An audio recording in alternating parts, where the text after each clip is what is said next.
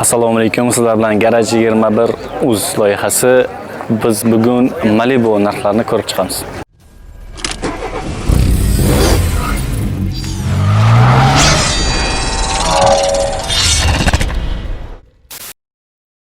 Malibu 2 aşağı udaridan benzinda yurgan, umuman metanolari yo'q.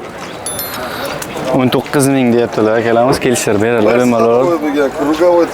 Krugovoy tonirovka 1 yillik polni. Mers ходовой polni ichlari gabaritlar aşağı udar. Salon ham aşağı udar. Aşağı ideal. Shundan olib zagsga chiqib ketadigan mashina deydik. Soqan qiladigan. Pulni chiqarmasangiz ham bo'ladi, bemalol. Udaridan. Malibu sezoni keldi deydi-yu. Xo'p, 2014 bir krug yurgan, Euro 4 propellari bor. Salonlar aşağı udar, как положено. Kraskalar ichig'i yemagan. Tanoka yaqinda olingan 1 oy bo'ldi. Kami 11 oy muddati bor hali. Bemalol. Xo'p, 2020 Malibu'ning udaridan Chorniy Delfina deydi-yu.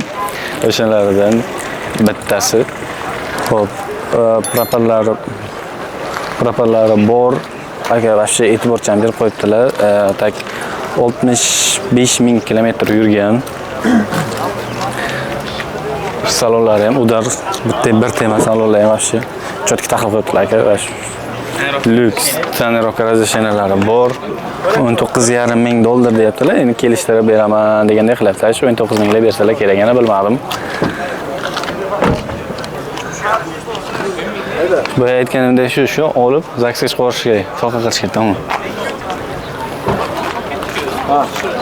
Iltimos sizlardan like va podpiska bosib yuboringlar. Sizlarda hech narsa ketmaydi-yu. Shu issiqda yuribmiz bor. Xo'p, Malibu 2 premyer qilingan. Yili 2020 85 ming halol yurgan, kraskalari chotki joyida turibdi, hech qanaqa kraska urilmagan, metallari bor. Ichlari ham, salon ham chotki turibdi. Salon ham uda.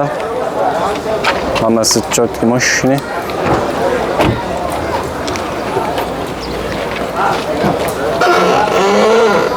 Xo'p. Narxini qancha dedingiz? Narxini 265 deyapmiz, kelishamiz. 265 deyaptilar. Kelishtirib beramiz, zapaskalar tushmagan, balonlar chotki. Mashina chotki turibdi. Ketaylik, aka ketaylik, iltimos.